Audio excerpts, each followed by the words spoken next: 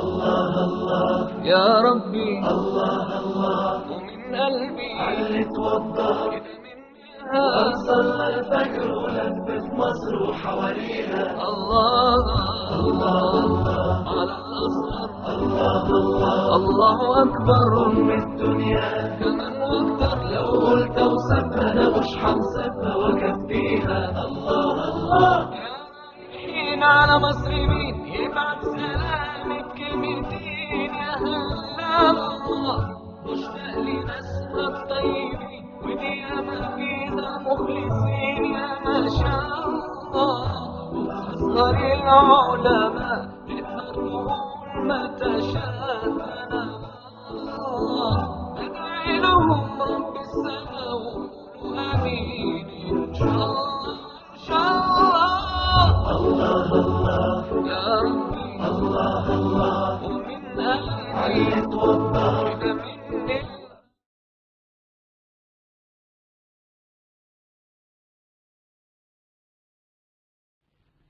الوحدة الثانية، الدرس السابع. استمع إلى الحوار. الحوار: الإنسان يحتاج إلى الترويح. الحمد لله على سلامتك يا إبراهيم. شكرا لك، أنا بخير والحمد لله. ماذا حدث؟ لماذا أنت هنا؟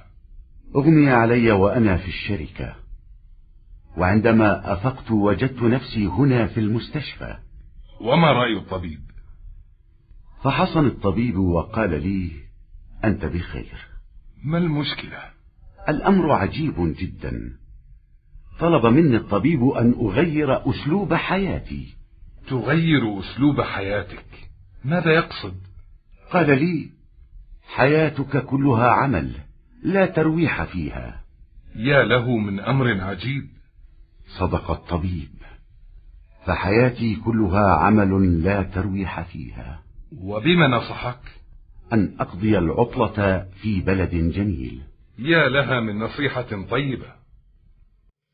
بسم الله الرحمن الرحيم. Arab tili huzuringizda. Ikkinchi bo'lak o'zini aram oldirish. 7-dars odam aram olishga muhtoj. İbrahim, Xudoga shukr, yaxshi bo'lib qolibsiz. Rahmat. Allohga shukr, yaxshi bo'lib qoldim. Nemish bo'ldi? Bu yerda yursiz-ku. Shirkatda o'shunda ketibman. O'shimga kelgandek bo'lsam, o'zimni doktorxonada ko'rdim. Doktor nima deydi? Doktor meni tekshirib, sog'kansiz dedi. Nima ekan? Qiziq ish. Doktor mendan turmush usulimni o'zgartirishni talab qildi. Turmush usulini o'zgartirish nima demoqchi ekan? Doktor menga sizning turmushingizning hammasi xizmat bo'lib, aram olish yo'q ekan dedi. Nima degan qiziq? Doktor to'g'ri deydi. Mening turmushimning hammasi xizmat bo'lib, aram olish yo'q. Doktor sizga nima deb ko'rsatma berdi? Dam olishni go'zal shaharlarda o'tkazishimni aytdi. Nima degan yaxshi ko'rsatma? الوحدة الثانية، الدرس الثامن. استمع إلى النص. أنواع الترويح. يمارس الناس بعض الأنشطة للترويح عن النفس، ويطلب الناس الترويح بعد عناء العمل أو الدراسة. فالعامل الذي يعمل كثيرا يحتاج إلى الترويح، والطالب الذي يدرس كثيرا يحتاج إلى الترويح. والترويح مفيد للعقل والجسم، وليس الهدف من الترويح قتل الوقت، وإنما الهدف قضاء الوقت في أنشطة مفيدة. للترويح صور كثيرة، منها القراءة وممارسة الرياضة والسفر، وقضاء الوقت في الحديقة أو على الشاطئ، وألعاب الحاسوب، وإقامة المخيمات، وصيد السمك، وزيارة المتاحف.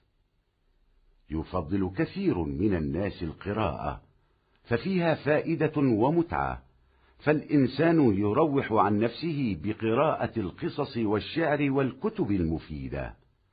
ومن الترويح المفيد ممارسة الرياضة، لأن الإسلام يدعو إلى القوة.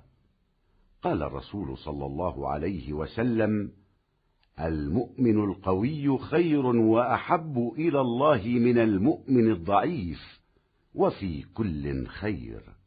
وكان المسلمون يمارسون الرياضة. قال عمر بن الخطاب رضي الله عنه: علموا أولادكم السباحة والرماية وركوب الخيل.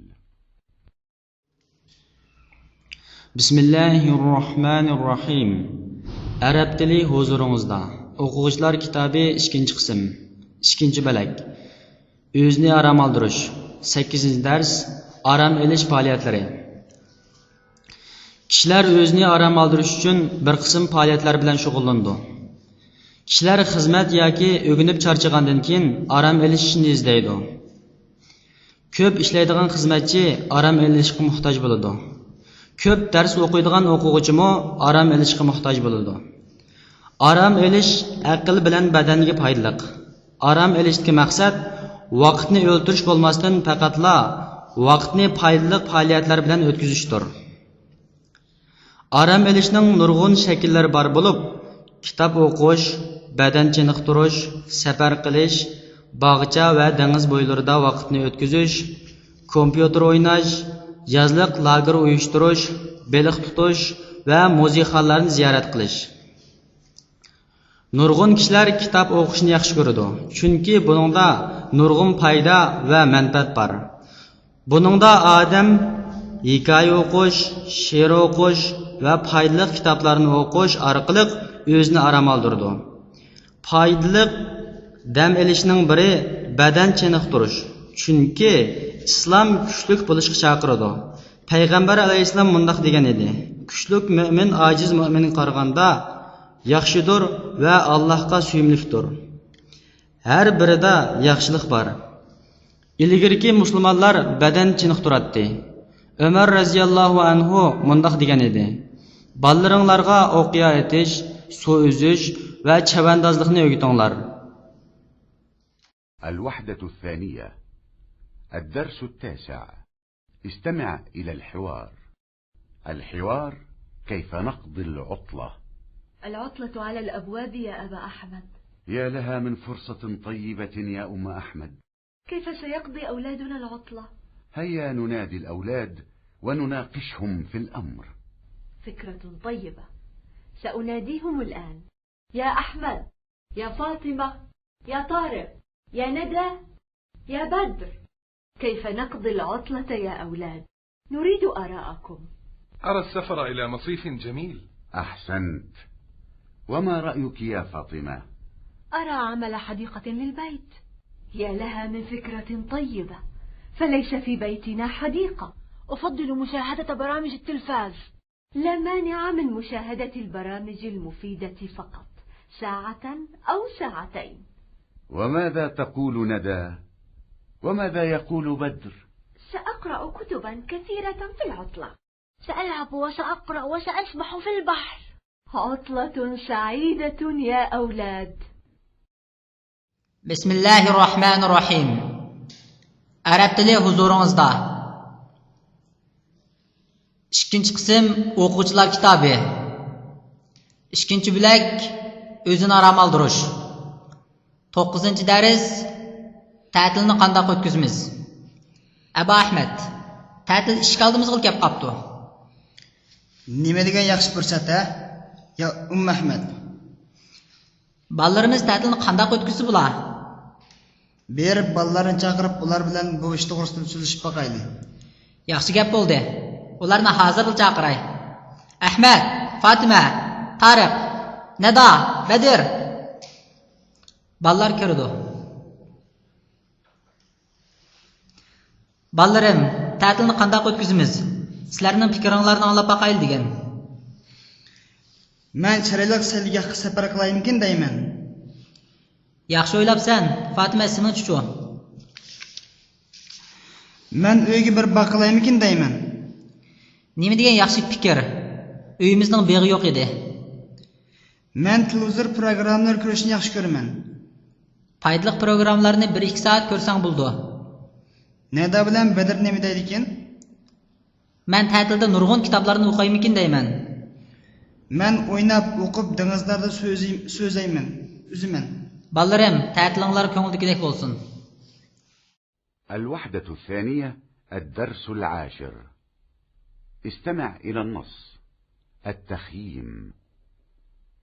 يفضل كثير من الناس الترويح خارج البيوت، حيث يقضون الوقت في مخيمات، ويختلف الوقت الذي يقضيه الناس في المخيمات، فقد يكون ليلة واحدة وقد يكون عدة أسابيع، ويختلف المكان، فقد يكون على شاطئ البحر أو في البر أو في الغابة أو في الصحراء أو بين الجبال حيث الهواء النقي. يخرج الناس أيام العطلة إلى البر، وينصبون في مكان الترويح الخيام، ويحملون معهم الطعام والشراب ووسائل الترويح. ويفضل فريق من الناس أن يكون قريبا من شاطئ البحر، حيث يمارسون السباحة وأنواع الرياضة الأخرى، ويصطادون السمك. ويفضل بعض الناس مشاهدة الطيور أو التصوير أو المشي. يحمل الناس معهم إلى البر خياما وملابس وكثيرا من الطعام، وبعض الناس يعدون الطعام في بيوتهم ويضعونه في أوان، وهناك من يفضل إعداد الطعام في المخيمات، ويحمل الناس معهم الماء إذا لم يكن في المكان ماء. بسم الله الرحمن الرحيم. Arab tili huzuringizda. O'quvchilar kitobi 2-qism 2-bilak o'zni aram oldirish. 10-dars chidir tikish. Nurg'unlagan kishilar sirtda dam olishni yaxshi ko'rdi. Shu vaqtda ular vaqtni chidirlarda o'tkazadi. Kishilar chidirlarda o'tkazilgan vaqtlarni farqlanadigan bo'lib, go'yda bir kecha bo'lsa, go'yda bir necha hafta bo'ladi. O'rinnimi farqlanadi. Ba'zida dengiz sohili, qumliq, sahro yoki sap havoliq tog'lar orasida bo'ladi.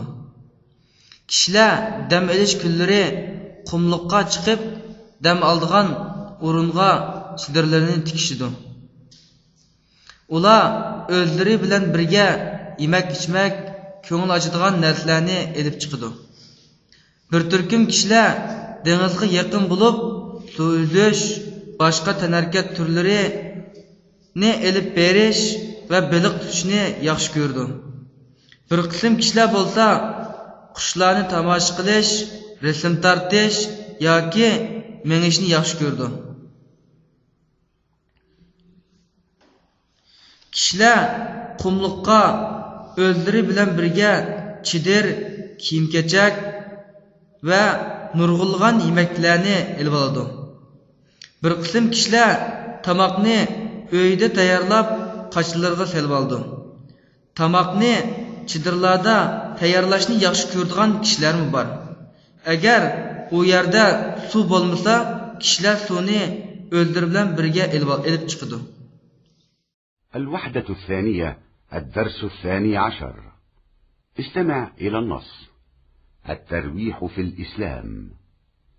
النفس الإنسانية تمل من الجد والعمل، ويدخلها السام من كثرة العمل، لهذا تجيز تعاليم الإسلام للإنسان أن يروح عن نفسه من وقت لآخر باللهو المباح، ويمارس من الأنشطة الترويحية المباحة ما يعود عليه بالفوائد الجسمية والروحية والعقلية، ويجدد نشاطه في الحياة ويدفعه إلى مزيد من العمل والعبادة. ولنا في رسول الله صلى الله عليه وسلم أسوة حسنة، فقد كان يضحك ويمزح بالقول الصادق، فقد قال له الصحابة رضوان الله عليهم: إنك لتداعبنا، فقال لهم عليه الصلاة والسلام: إني لا أقول إلا حقا. وقد جاء عنه صلى الله عليه وسلم أن امرأة عجوزا أنصارية جاءته تقول: ادعو الله أن يدخلني الجنة، فقال لها: يا أم فلان، إن الجنة لا تدخلها عجوز. فأخذت المرأة تبكي، فلما رأى ذلك منها تبسم وقال لها: أما قرأت قول الله تعالى: إنا أنشأناهن إنشاء فجعلناهن أبكارا عربا أترابا. وجاء رجل يطلب منه أن يتصدق عليه ببعير يركبه، فقال له الرسول صلى الله عليه وسلم: إني حاملك على ولد الناقة. فقال له الرجل: يا رسول الله، وما أصنع بولد الناقة؟ فقال له الرسول صلى الله عليه وسلم: وهل تلد الإبل إلا النوق؟ وكان الصحابة رضي الله عنهم مع الجد والاجتهاد يتمازحون فيما بينهم، ويروحون عن أنفسهم بممارسة بعض الأنشطة المباحة، ولم ينقص ذلك من أقدارهم. يقول علي بن أبي طالب: إن القلوب تمل كما تمل الأبدان، فابتغوا لها طرائف الحكمة. وأجاز الإسلام من الأنشطة الترويحية ما يتفق مع قيمه وأخلاقه وآدابه، ولم يجعل الهدف من ممارسة النشاط الترويحي شغل أوقات الفراغ، بل جعل الهدف استثمار أوقات الفراغ ليجدد النشاط وليعين على الحياة. ليس معنى إباحة الترويح أن تصبح الحياة كلها هزلا، وأن تتغلب روح المرح على روح الجد وتضيع تبعا لذلك عناصر القوة، ويتخلف المسلمون عن القيام بواجبهم، ويقضى على عوامل المحبة والأخوة بينهم، ويصبح المجتمع لاهيا عابثا. فالحياة أغلى من أن تضيع في لهو عابث وتهدر في باطل لا خير من ورائه. لذلك يجب ألا يأخذ الترويح إلا قليلا من الوقت والجهد. إن الإسلام عندما أباح الترويح بالمزاح والمداعبة لم يقصد بعض الأساليب المنتشرة في مجتمعاتنا المعاصرة التي تؤدي أحيانا إلى إيذاء الآخرين عن طريق السخرية منهم. فالله سبحانه وتعالى ينهانا عن السخرية من الآخرين. قال تعالى: يا أيها الذين آمنوا لا يسخر قوم من قوم عسى أن يكونوا خيرا منهم، ولا نساء من نساء عسى أن يكن خيرا منهن، ولا تلمزوا أنفسكم ولا تنابزوا بالألقاب. كما حذرنا رسول الله صلى الله عليه وسلم من الكذب في المزاح والمداعبة وعند إضحاك الآخرين، فقال عليه الصلاة والسلام: ويل للذي يحدث فيكذب ليضحك به القوم، ويل له ويل له. بسم الله الرحمن الرحيم. Arab tili huzuringizda. O'quvchilar kitobi 2-qism. 2-bo'lak o'zni aram aldirish. 12-dars islomdagi ko'ngil ichish. Odamning ruhi tirishish, ishlashdan zerikidi. Xizmatning ko'pligidan uningga harg'inlik yetidi. Shunga islom ta'limoti odam o'zini pat-pat to'g'ri bo'lgan o'yinlar bilan aram aldırıp turuş ve cismani, ruhi, akli payda elip keladigan ve onun turmuş aktifçalligini aşırıp, onun tıxımı köp amal ibadet qilishga turtki bo'ladigan to'g'ri ko'ngil ichish faoliyatlar bilan shug'ullanishga ruxsat qiladi.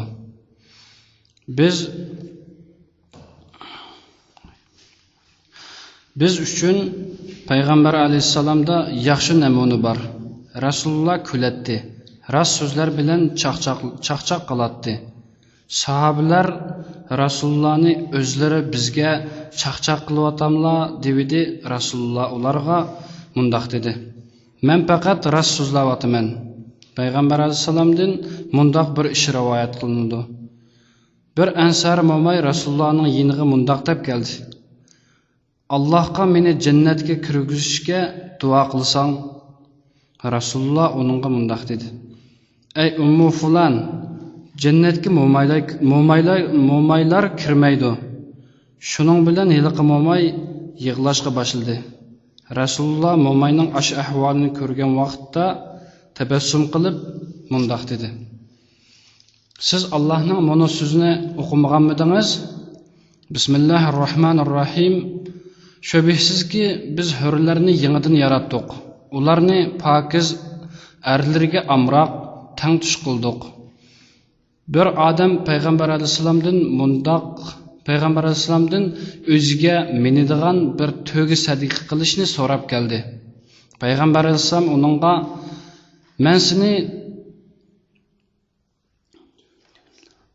men seni to'gining balasiga mindirib qo'yay dedi. U odam mundoq dedi: Ey Rasululloh, to'gining balasini nima qilaman?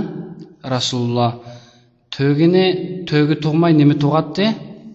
Sahobalarmi tirishish va ijtihod qilish bilan birga o'zaro chaqchaq qilishib, bir qism to'g'ri faoliyatlarni o'tkazish orqali o'zlarini aram oldiratdi.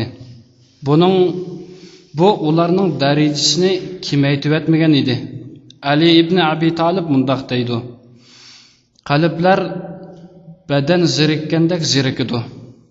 Uningga hikmatlik kuldirgilarni zidanglar. İslam qimmat qarashi va adab axloqqa mos keladigan ko'ngil etish faoliyatlarini ruxsat qildi. Ko'ngil etish faoliyatlarini ilib berishdan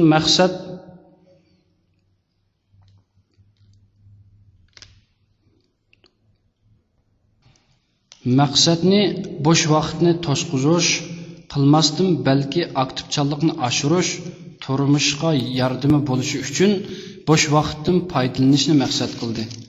Ko'ngil etishni to'g'ri deganlikning ma'nosi turmushning hammasi kulki chaqchaq bo'lib ketish, o'yin iddiyasining tirishchanlik iddiyasini besib olishi va uningga agishib kuch omillarining zoyi bo'lib ketishi, musulmonlarning o'z mas'uliyatini o'rinlashdan chekinishi, o'zaro muhabbat va qarindoshlik omillarining yo'q bo'lishi va jamiyatning behuda o'yin tomoshachi bo'lib qilish deganlik emas. Chunki hayot behuda o'yin tomoshada zoyi bo'lib, foydasi yo'q botil ishlarda halok bo'lib ketsa bo'lmaydigan qimmatlikdir. Shunglashqa ko'ngil etish vaqt va tirishchanlikning oz bir qismini elish kerak. İslamning kulki chaqchaq bilan ko'ngil etishga ruxsat qilishi bugungi jamiyatimizda tarqalgan boshqalarni zanglik qilish orqali ba'zida aziyat berishga ilib boradigan bir qism shakllarni maqsad qilmadi. Alloh subhanahu va taolo bizni boshqalarni masxar qilishni to'sib mundoq dedi: Bismillahirrohmanirrohim. Ey mu'minlar, bir qavm yana bir qavmni masxar qilmasin. Masxar qilingan qavm Allohning nazarida masxar qiluvchi qavmdan yaxshiroq bo'lishi mumkin. Sizlarning oranglardagi ayollarmi o'zaro masxar qilishmasin. Masxar qilinuvchi ayollar Allohning dargohida masxar qiluvchi ayollardan yaxshiroq bo'lishi mumkin. Bir-biringlarni ayiblamanglar, bir-biringlarni yomon laqab bilan chaqirmanglar. Shundoqla bizni Rasululloh chaqchaq va boshqalarni kuldirgan vaqtda yolg'on aytishdan ogohlantirib mundoq degan: Kishilarni kuldirish uchun yolg'on so'zlagan kishining holiga voy, uning holiga voy, uning holiga voy.